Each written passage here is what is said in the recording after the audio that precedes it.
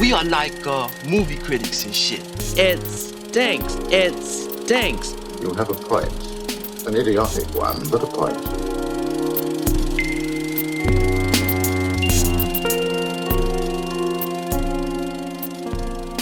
All right, so Mr. Solomon, thank you so much for agreeing to be part of our podcast and talking about No Sudden Move, which is a fantastic film, starting with a fantastic script. We've been plotting how we're gonna handle this tag team interview sort of situation. We kind of want to have a conversation, obviously, but because we're both anxious to, we both like the movie so much. This is my colleague Mario Alegre. And he's gonna actually start it off. Hello, Mr. Solomon. It's a pleasure to have you here. You're our first interview here on our podcast, so it's really, really a pleasure and an honor to have you here. I wanted to begin, obviously, by the origin of the script. What was your gateway into this story? When did it start cooking up in your brain to tell this story about this group of criminals in Detroit? Steven and Casey Silver and Steven called me one day and said, hey, we're sort of cooking up this idea to maybe do a kind of a noir thriller about a crime that goes drastically sideways. Would you be up for meeting and talking about it? And I was like, oh my God, yes, because most of the stuff that comes toward me are things that are more in line with the kinds of stuff I wrote decades ago, not the kinds of stuff I love to watch as a viewer. And we had just finished working on Mosaic together, which was this long HBO thing, which was also, it was a murder story, murder in a small town outside the normal type of thing that people tend to think of me for. And I had such a great experience with Steven and Casey on that one that, obviously, without saying, I was like, totally, absolutely. So Steven and I met for about an hour in LA. And initially we were talking about a kind of maybe a heist movie and maybe something bigger that like took place all over the country and ended up in Detroit. And we knew we wanted it to be in like the 50s. And as we started talking more and more, Steven was, you know what, let's just keep it in Detroit and let's really narrow it down. Let's make it more like noir, not like big heist, but rather, like one of those noir. Like we talked about Rafifi and we talked about Get Carter and we talked, God, what else did I watch? I watched Desperate Hours, watched Point Blank, the original, just that kind of more stark, more spare. And once I knew we were doing Detroit, I thought, well, let's see what, we knew we were writing for Don. He also wanted to do another movie with Don, and maybe Don partnered with someone. So having that in mind, doing research about Detroit in the 50s, and what would they be after? The original thought was, what if they're after something that's like a tail fin for a car, or some new feature on a really, a new late 50s model automobile that hasn't been introduced yet. And then I thought maybe it's more interesting if instead of something they're trying to feature, what if they're after something that they're trying to hide? Which is where I found what became the MacGuffin in the film, the catalytic converter idea.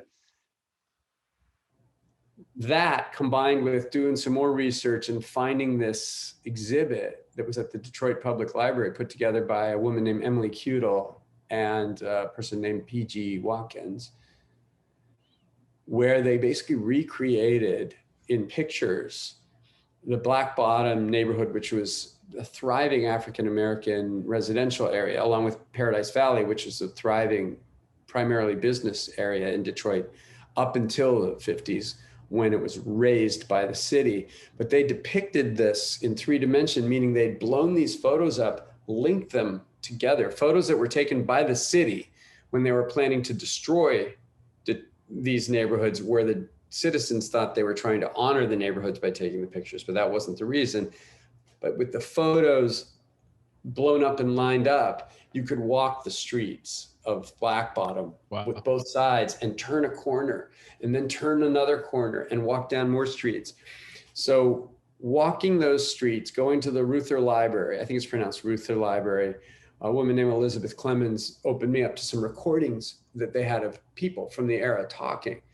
So I was listening to people talking, walking those streets and really getting a feel for the setting and the landscape, that opened up what would be the backdrop and the notion of the racial tension that was tearing the city apart. And that led me to the realization that this is about two people with that same kind of tension. And the movie was, at the core, was them, their relationship, and them trying to kind of screw each other. I knew I did not want it to be like a buddy movie where they hate each other, but they learn to work together. Like, that is not what, and obviously you can tell pretty soon, I hope you can tell pretty soon, and the way we're going in this. So that was the origin. Basically. Yeah, they're not friends at all, definitely. No, and they don't end friends, which I like, you know? I mean, not to destroy it for people, but minor spoiler. It should be, if we're listening to this, it's because they love the movie and they're interested in it. I think one of the things I find fascinating, and actually listening to the origin story kind of reaffirms me asking this question. Soderbergh, as a filmmaker, you know, like, he doesn't repeat himself. He kind of like, so I wonder if the process of collaborating, because it sounds like he let you go deep in as a screenwriter and finding the story. So I wonder if the process of collaborating with him was different than your first experience, or did it vary, or how would you characterize it? I think the key with any good collaborator is trust, and I trust him, you know, deeply, and I think he trusts me. And so I wasn't just off and running from the beginning. Once we understood, okay, this is the type of movie we're doing, we actually spent, I'd say 4 days, 3 to 5 days, something like that, maybe a few hours, 2 to 3 hours a day in his office, throwing ideas around first, getting a shape. We had like the first half roughly figured out, like, you know, it's going to be maybe 3 guys, and they're going to do a babysitting thing where they have to watch a family while someone from the family goes to steal something. What is it they're stealing? We'll figure out. It goes really badly, and then they got to like go on the run. They got to figure out who did this to them and why. And when they're doing it, they're going to kind of climb the strata in Detroit until they get to the top. That's sort of what we knew. And then we also knew a couple of the characters, some of the characters' names. I remember Steven pacing. I'm like, what do we call him? We're throwing names around. He's like, Matt Wirtz. And I'm like, Matt Wirtz it is. And at the end of the week, he sent me, I don't remember, a half dozen pages, maybe a few more, maybe something like that. Random, you know, just dialogue. With the note, use it, don't use it. This is sort of the tone I'm thinking about. And it's great because I could clone from that, like the feel of the whole film. And there's some swatches of that dialogue are definitely still in the script in different places in the movie. And I went away for a few weeks, kind of talked to him like, okay, it's starting to make some sense to me. I think this is the rough trajectory. I found this notion about the catalytic converter. And I think I actually said, I took the liberty to fly to Detroit because this exhibit was going to close tomorrow. So I literally got on a plane the second I read about it. I was like, okay, I just got back from Detroit. Guess what I discovered? This. And basically it was like, great, keep going, until I created a 10, 12 page beat sheet, showed it to him. He had a few notes. Then I started fleshing the beat sheet out. I gave him about a 75 page, I guess you'd call it like a scriptment, like a kind of treatment-y, scripty thing, which has some scenes, some description, just a mess that you would never show anyone except someone you trust like that.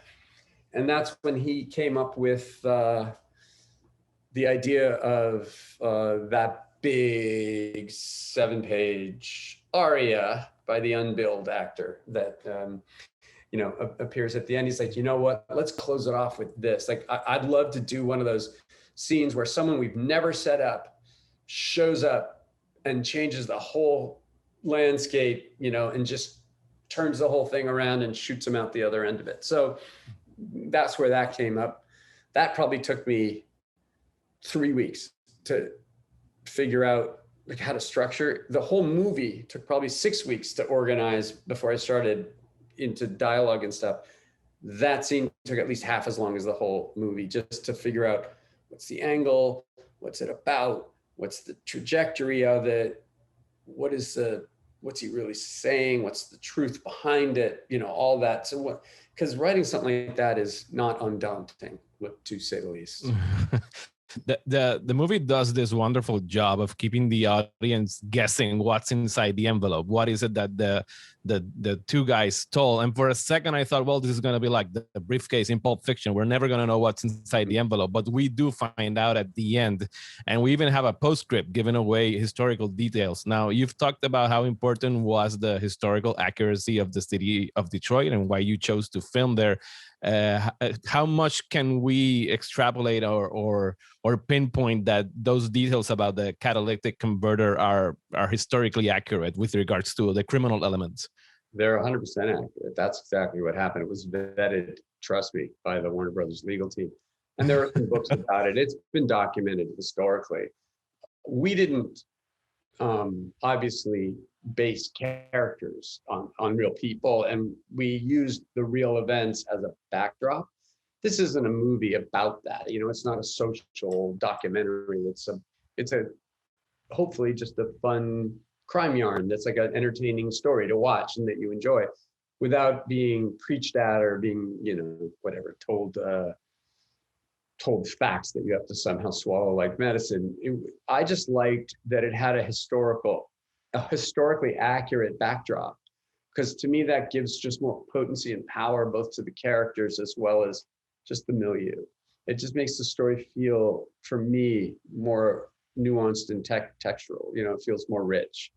But yeah, that's true stuff. We had a very interesting moment with the Warner legal team because they got really concerned, not about that. I mean, they vetted that and made sure that we were absolutely accurate with what we talked about and the verbiage and all that. But, there were some other issues where it might have looked like we were saying that this company knew that this bad stuff was happening and they were concerned about that for the reasons that corporations are concerned about stuff like that. But those were easy fixes. Like, there's a couple pieces of dialogue where you'll see them talking about, you'll hear a couple phrases in the movie. Of course, no one in the company knew about that. Little things that just kind of go, oh, you're right. It was just people acting alone, rogue actions. Nobody's in trouble. No, we're not implying that General Motors did this or whatever, And so, so I kind of looked at it more like, I want the history to be correct. I want the milieu through which they travel to be accurate. I definitely want Detroit to be played as Detroit. I want us to, not just me. When I say it wasn't just me. Steven, Casey Silver, the producer, Julie Anderson, the other producer, all were like, we're going to Detroit. We're making a movie, the backdrop of which is, entire communities being displaced by people who come in from outside and just tear it up. We're not going to do the same. We're not going to just do like a hit and run, take some photos of Detroit and then shoot it in Cleveland or shoot it in Toronto or wherever it might be cheaper to shoot. We're going to really shoot it in Detroit, employ as many Detroiters as we possibly can. I haven't worked on a movie in the past where we've used so much of the local talent, but we really wanted to do that. I'm actually grateful because we had an amazing crew and wonderful actors too from Detroit. So we got lucky in that way, and that there was a deep talent pool as it turned out, but our objective was to at least walk the walk with what's behind the morality of the movie itself.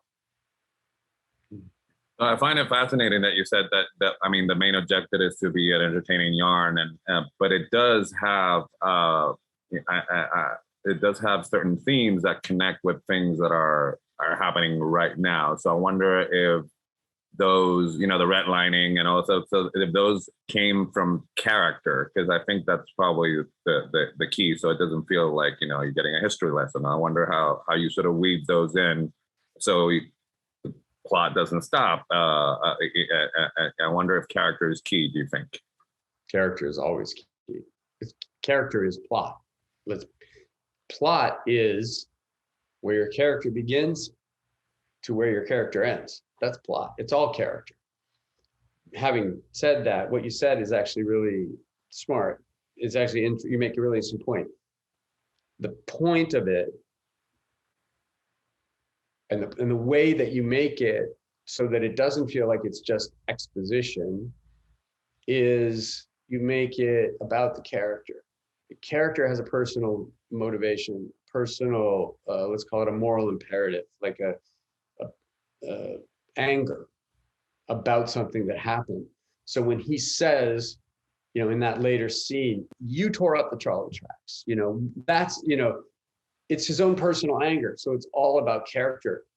So it doesn't feel like it's exposition. And we didn't want to make a documentary, and we didn't want to make it something like we're trying to teach you a lesson. We just, you know, but I personally wanted it to be real so that I believed why these people were upset, you know? And I also, because it was about the different stratas of Detroit, or at least that was the milieu through which they're traveling. I also liked the idea that Benicio's character had started kind of higher up with a lot of promise and just has been on the slow backwards descent. I thought that gave him more poignancy and power in dealing with a man who he's always viewed as less than him, but who is actually smarter than him and ahead of the game, and whom he actually needs to complete these tasks. He realizes quite early in the movie that I got to tag along with this guy. I don't like him. I don't trust him. And everything in my body is, this guy should be beneath me. And yet again, here I am with someone who's better than me and above me, who, quote, shouldn't be. And that gave, I think, each character to me like potency, and that gave me something I knew I could write from, an emotional state that I could write from. You were one of the first productions to get back to work after the hiatus because of COVID-19. And I believe you were shooting while another film that you wrote came out, which was Bill and Ted's Face the Music. Now, obviously, when you wrote that other film, you didn't know it was going to come out in the middle of a pandemic. But what was it like witnessing the outpour of appreciation that the film community directed towards that film for giving us this joyous ray of good vibes when we needed them the most? Do you think it was good that it was released when it did? Well, I appreciate what you're saying, honestly. I really appreciate the way you said that. You know, the release of Bill and Ted was always very scary to me because it was really hard to get off the ground. It took you a decade and a half, basically, to get made. Or, you know, decade and a quarter. It was very hard to get the financing.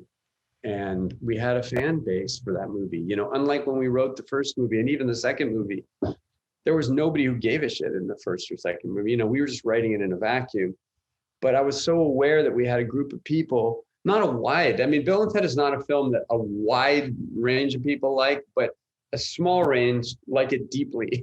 And we really wanted that movie, or I should say, I really wanted that movie to work, primarily for Chris and me, Alex and Keanu, Scott Proof and Dean Parisa. But then equally importantly for me was those fans, because without them, the movie wouldn't have gotten made. So I was scared. Will it be up to snuff for them? Will they feel like we honored their patience? Will we feel like we made a movie worthy of their affection, honestly? And initially, I was bummed that it was not going to come out in theaters. But actually, I realized after I got over my initial disappointment, I thought, well, actually, those movies, the first two movies, Excellent Adventure and Bogus Journey, they didn't do all that well in the theaters. They were discovered on video over decades and then on streaming and however else people watch their movies. So you know what? Most people didn't even see the originals in the theater. Most people. So that's one thing. Secondly, we're in a pandemic. All I was doing during the pandemic, I was living with my daughter and my then girlfriend. We split up actually during the making of No Sudden Move. But we were together until about November, and our families were blended, and we were watching movies every night. And I thought to myself, it's a family movie. It's like actually a movie that you'd want to watch with your kids. And I don't want people to have to pay like $80, during a time when a lot of people aren't working, to see a movie that we actually made for fans and didn't make money on ourselves. Like, we put our money back into the movie so that it could be made. We didn't get paid. I mean, we got paid, but we got paid very little. We got paid basically the minimum you can get paid to do a movie. And I thought, well, this might actually be the perfect way to see the movie. So at the end of the day, I guess that's a long-winded way of saying, actually, it worked out. I wish the people who wanted to see it in theaters could see it in theaters, because a lot of people wanted to. That kind of bummed me out. But at the end of the day, I felt like, hey, we're all going through the same thing. We're all struggling. We're all searching for entertainment. We're all feeling stress. Maybe we got lucky. We got lucky that it took this long. Nobody got lucky because there was a pandemic, obviously, but we got lucky in a weird way that the movie was not a bad pandemic movie, weirdly. So at the end of the day, it was fine. Yeah, and I thank you for that. It was a real ray of sunshine in a very needed moment when it came out. Appreciate that very much. Thank you. So bringing it back to No Sudden Move, wanted to, it's kind of, like I said, you laying out how you worked out the outline and the time that it took. I wonder, once you got down to actually writing, did the plot twists, if you could give me an inkling, because it's wonderful how they do, I wouldn't call it twists, they're pivots where you like have certain expectations of where the movie is going to go, and then it doesn't go that way. So would you worry they were too much, or were they fun to get to? Because that's one of the things I truly enjoyed. Every time it would just like go like skew and go in that direction, as opposed to the one that we think it's going to go. Well, to me, my favorite writing, and it's writing I've always aspired to achieve and haven't always been able to achieve, is writing where you think it's going one way and it goes in a different way. And that way feels more true than the way that you would have thought it would go in. And I'm not saying we achieved that at every time. I'm just saying that was the goal. Initially, I thought I was writing a pretty lean, spare story. Of course, when I watched it, I was like, oh, I guess I didn't do a lean, spare story. I really was trying. I'm not kidding. I was really trying. Lean. No. Part of that is because the actors were so good and we kept adding stuff. And part of it was it just ultimately wasn't lean and spare. But when I realized that the movie is about the twists and turns, it's about the pivots, it's about these guys constantly not trusting each other, trying to stab each other in the back, etc. Once I realized that, that became the joy and the fun. We're heading this way and we think it's going this way. No, it's going this way. No, and how many different people can be just having different agendas, and how many different people can be trying to fuck over the other people, and well, what is she really planning? And then what, and then we kept adding them, the addition, there's a whole subplot that Benicio's running with Julia Fox's character. That was a late ad. What if that's also happening? One of the latest ads was the thing with David Harbour's character and Frankie Shaw's character, where Matt Wirtz is actually perhaps having something come back and bite him in the ass that he might have actually initiated. That came from a note of Benicio, actually, asking a simple question, which is, why is he acting this way? Which led to a conversation with me and Steven going, it's actually, why is he looking this guilty? What if he actually has a past that he hasn't revealed, which gave this whole other level to his character? So we kept adding stuff to make it more interesting. The relationship between Amy Seimetz's character and Seimetz, let me see, pronounce your name, and her friend, Don, played a character named Don Atkinson, Catherine's character. So all those things, we just kept adding texture and adding texture and adding texture. And then pretty soon we had a fairly textured, let's say, or complex film. We're going to be doing our top 5 favorite Steven Soderbergh performances in this episode. And I was wondering if you would like to share any of your picks of favorite performances in a Steven Soderbergh film. I will, well, Yeah. Okay. Sorry to put I mean, you honestly, on the spot. yeah, that's a, you know, I have two couplings that come to mind instantaneously. So, and both actually contain George Clooney, funnily enough. One of my favorite scenes in movies, absolutely, is from Ocean's 11, and it's the scene between George Clooney and Julia Roberts. And it's one of my favorite lines of dialogue in any film ever. And it's, does he make you laugh? And then she says, he doesn't make me cry. Like that to me is just, I also love when they go to Andy Garcia, 2 words, minibar. Like I love that. And then there's George Clooney and Jennifer Lopez in the trunk. Beautiful, beautiful writing by Scott Frank, one of the people that, you know, an aspirational writer for me, like in that he's one of the metal rabbits in my dog race, sort of going around the Greyhound track, you know, like a beautiful, brilliant script, beautiful direction by Steven. That's actually how Steven and Casey Soderbergh, who produced this, became closer, which was Casey worked at Universal and was a fan of Sex Lies and Steven's work. And Steven was not, I mean, famously, this has been written about a lot, wasn't getting big studio movies, and Casey gave this to him, and it was a big act of faith to Steven. Now here we are all working together. I met Casey in a similar way. He gave me a shot on something, and you know, we became friendly because of that. So those are some that come to mind. I mean, God, Benicio and Don. Yeah, I mean, there's so many great performances in Traffic.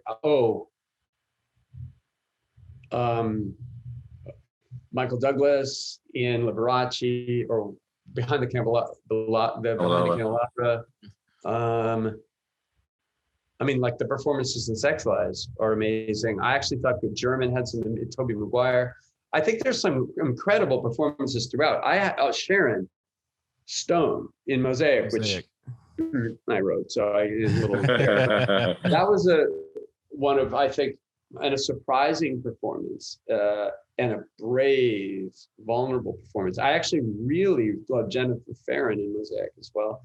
And Devin Rattray in Mosaic. I mean, those are obviously ones I'm super close to, but let's see what else. Oh God, I mean, he gets amazing performances, and he's also the least hands-on with the actors that I've ever seen. He really trusts them to do their work and only guides when they really need it or if they ask.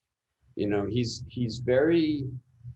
belief is, if I'm casting you, I love you. And the actors feel it and they feel safe. And by casting, it doesn't always just mean actors. It can mean the production designer, and it can mean the writer. It can mean all the departments are entrusted to do their best work. And it forces you to actually step up, because you know that he sees his role not as to micromanage what you're doing, but rather to bring forward what's good about what you're doing and kind of bring down the stuff that in his mind isn't working. So it's a wonderful relationship of confidence and trust that forces you to really bring your A game. So I love that. So pleasure having you here in Próxima Tanda. Thank you so much for agreeing to this. I'm so grateful that you guys had me on, especially if this is your inaugural show. It makes me really a real honor. So your inaugural guest, it's called CRITICONES, which is basically, you know, it's like the guys from the Muppets. It's like us just talking about movies. Yeah. You know, so. Now that was a good movie. I love this movie. It was genius. I will return tomorrow night with high expectations. Pray you don't disappoint me.